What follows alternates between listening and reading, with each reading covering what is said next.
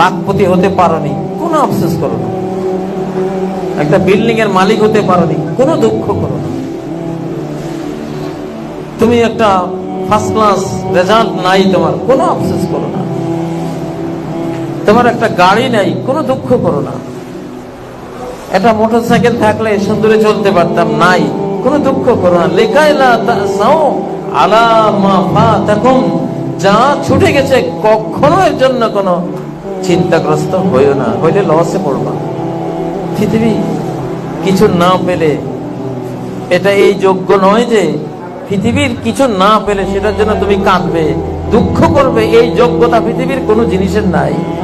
এত বড় মূল্য পৃথিবীর কোনো জিনিসের নাই যে সেটা না পেলে তুমি দুঃখ করবে। তুমি এত বড় মানুষ, এত বড় মূল্যায়ন তোমার, আশরাফুল মাখলুকাত, কুল মাখলুকাতের চেয়ে তুমি এতটা বড় যে এই পৃথিবীর কিছু না পেলে তুমি একটু দুঃখ করবা। আল্লাহ বলতেছেন তোমার জন্য উচিত হয়, তুমি এর চেয়ে কত বড়। তুমি রিক্সা চালক হলেও মরলে 10 পৃথিবীর তুমি বাদশা, কমপক্ষে 10 পৃথিবী। সবার পরে যে জান্নাতে যাবে, সবার চেয়ে ছোট জান্নাতি যে, সেও 10 পৃথিবীর বাদশা। কি হারালে তুমি? এত বড় হয়ে 10 পৃথিবীর বাদশা হয়ে একটা বিল্ডিং এর জন্য কাঁদলে, আফসোস করলে, একটা মোটরসাইকেলের জন্য মনটা ভার, কেমন হলো? তোমার শানে এটা মানায় না। ওয়ালা তাফরাহু বিমা আতাকুম, পৃথিবীর কিছু পেলেও এর জন্য আনন্দিত হয়েও না। সারা পৃথিবীর বাদশা হলেও আনন্দের কিছু নেই। সারা পৃথিবীটা যদি মূল্যায়ন করা হয়, মূল্যায়ন করতে যদি দেয়া হয় ওই আল্লাহর কাছে, যিনি এই পৃথিবীর স্রষ্টা, পৃথিবীর কি মূল্য হতে পারে?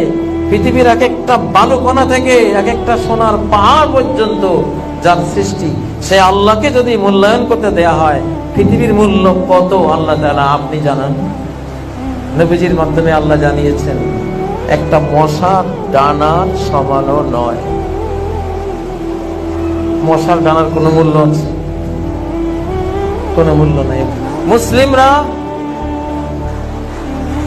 জাহাজের মতো পানির উপরেই চলে,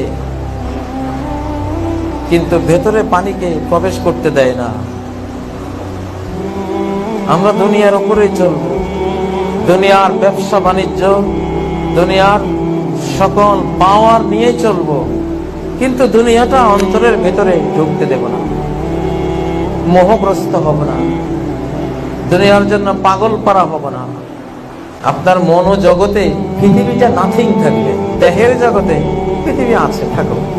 সাগরের জাহাজের মতো সে পানির উপরে ভাসে, সাগর মহাসাগরের উপরে ভাসে, কিন্তু এক বিন্দু পানিও তার পাটাতন ভেদ করে, তার তলা ভেদ করে ভিতরে ঢোকার অনুমতি নাই। নৌকাতে ঢুকলেও জোর করে ঢুকে, আবার সেচে ফেলে দেয়। ঢুকলি কেন? এই জন্য সেচে ফেলে দেয়।